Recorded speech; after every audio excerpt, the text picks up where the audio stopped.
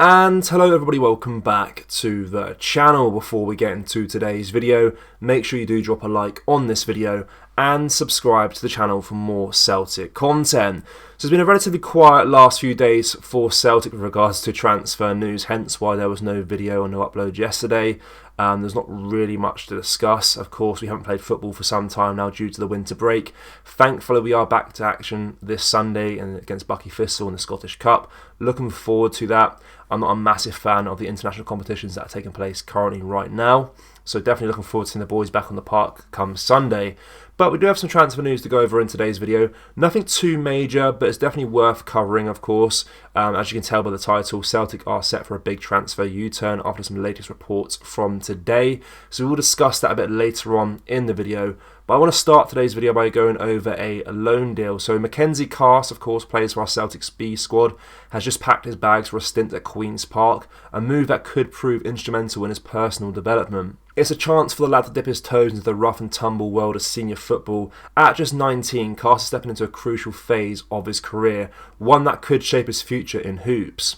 So I looked online with regards to this transfer. A lot of the Celtic fans are very hopeful that Mackenzie Carse can do a good job for Queen's Park from now until the end of the season.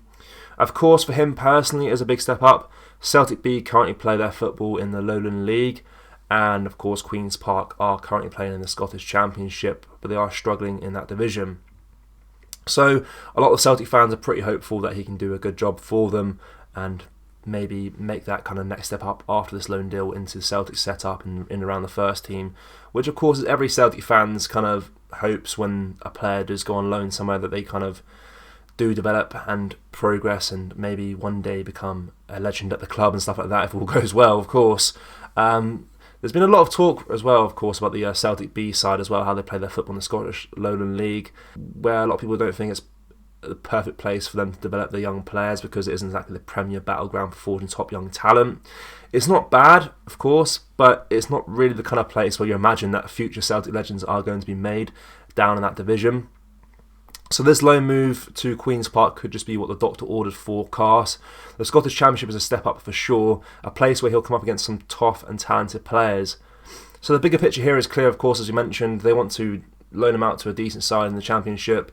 Hopefully he makes a big impact for them, and maybe the next season he can be in around the first team, or maybe get another loan move somewhere in the Scottish Premiership, stuff like that as well.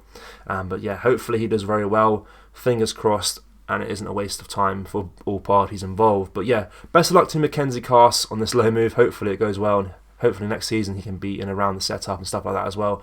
So looking forward to that one. Keep an eye out for him at Queen's Park. Of course, they are struggling this season, sitting 8th in the table, just 2 points off the bottom, so hopefully he can make an impact for them. So Yogi Kobayashi is a player I want to discuss with regards to the big transfer U-turn, because he is set to continue his stay at the club despite earlier speculations about a potential loan move. Initially it appeared that Kobayashi might leave Celtic on loan during the summer, but an injury thwarted these plans. Adding to the narrative was the interest shown by Celtic's former coach Harry Kewell, who recently took up the managerial position at Yokohama F. Marinos and was repeatedly keen on bringing Kobayashi to the J1 League side.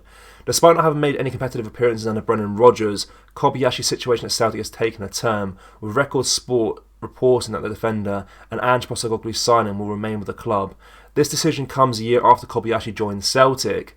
It's not been revealed why the defender looks set to stay, but with Lega Bilk set for a loan exit, Rodgers could be keen to have Yogi Kobayashi as an emergency backup. So this is quite interesting, of course. We mentioned probably right at the start of the transfer window that Kobayashi was pretty much set to leave and go to back to Japan on loan with Yokohama F. Marinos. But that now deal seems to have collapsed a little bit there. But hopefully, he may be in around the setup, as I mentioned towards the end of that kind of article there, that obviously Lega Bilk still appears to be going out on loan at some point this January transfer window, and Kobayashi could be kind of the last resort backup option for us at centre back. So hopefully maybe he can be in around the team, get a few minutes here and there in some cup competitions, maybe this Sunday, who knows. But we'll have to wait and see with regards to that. But that is the big transfer U-turn. Kobayashi is set to stay at Celtic despite earlier reports that he would go back to Japan until the end of the season on loan. But Celtic fans, let me know your thoughts with regards to this transfer news. Drop a like on this video, of course, and subscribe to the channel for more Celtic content. Thank you. Take care. Bye-bye.